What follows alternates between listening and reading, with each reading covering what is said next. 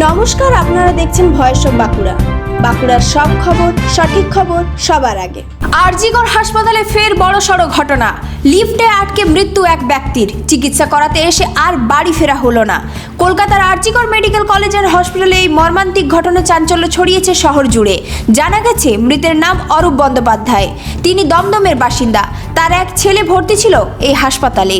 সেই ছেলের চিকিৎসার খোঁজ নিতে স্ত্রী ও ছোট ছেলেকে নিয়ে ট্রমা কেয়ার সেন্টারের দিকে যাচ্ছিলেন তিনি। অভিযোগ, লিফটে ওঠার কিছুক্ষণের মধ্যে হঠাৎ তীব্র ঝাঁকুনি দিয়ে সেটি বিকল হয়ে পড়ে।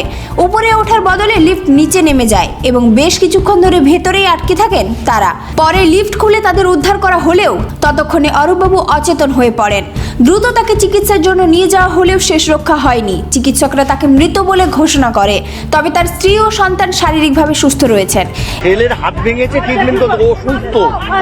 লিফটে ওর ওয়াইফের সঙ্গে ছিল, তারপরে লিফটটা খুললেই বেঁচে যেত। লিফট আটকে গেছিল। কোনো লোকও নেই? না, লোকও নেই, কেউ নেই। শুধুমাত্র উনি এবং ওনার ছেলে। না, কোনো লিফটার নেই, কেউ নেই।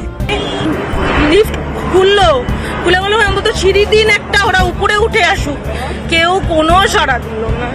র্যাফ এসছিল, পুলিশ ছিল, আমি অনেক বলেছি, কেউ না। আমরা সবাই মিলে চিৎকার করি। চাবি গেট যদি ভেঙে দিত তাহলে কিন্তু কোনো অসুবিধা হতো না, কিচ্ছু করলো না।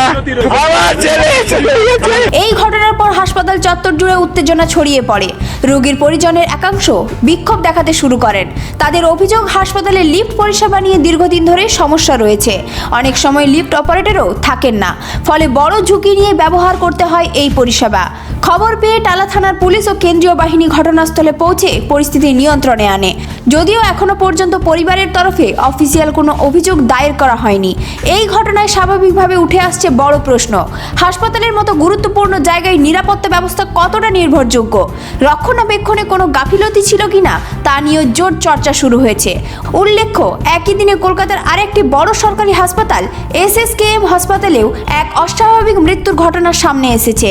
ফলে একদিনে দুই হাসপাতালে এমন ঘটনা ঘিরে উদ্বেগ ও আতঙ্ক বেড়েছে সাধারণ মানুষের মধ্যে। এখন দেখার বিষয়, এই ঘটনার তদন্তে কি উঠে আসে এবং ভবিষ্যতে যাতে আর কোনো পরিবারকে এভাবে প্রিয়জন হারাতে না হয় তার জন্য কি ব্যবস্থা নেওয়া হয়।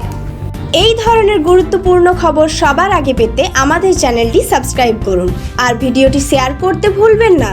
আপনার মতামত কমেন্টে জানান আর লাইক শেয়ার করে ভয়েস অফ বাঁকুড়ার পাশে থাকুন।